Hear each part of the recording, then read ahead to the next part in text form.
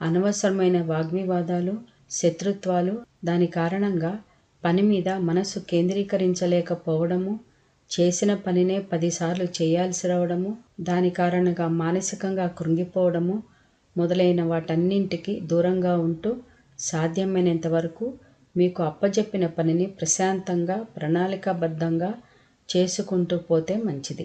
సమయానుకూలంగా తగు నిర్ణయాలు తీసుకోలేకపోవడం వలన నష్టపోయే సూచనలు ఉన్నాయి. అలాగే ఆర్థికపరమైన ఇబ్బందులు తప్పవు.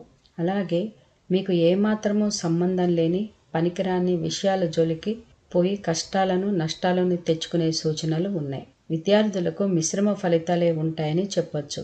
మీరు అనుకున్న ఫలితాలను పొందటానికి గాను చెడు అలవాట్లకు, చెడు సహవాసాలకు ఎంత దూరంగా ఉంటే అంత మంచిది. అలాగే మనస్సుని, బుద్ధిని చదువుపై కేంద్రీకరించి కష్టపడి చదవాల్సి ఉంటుంది.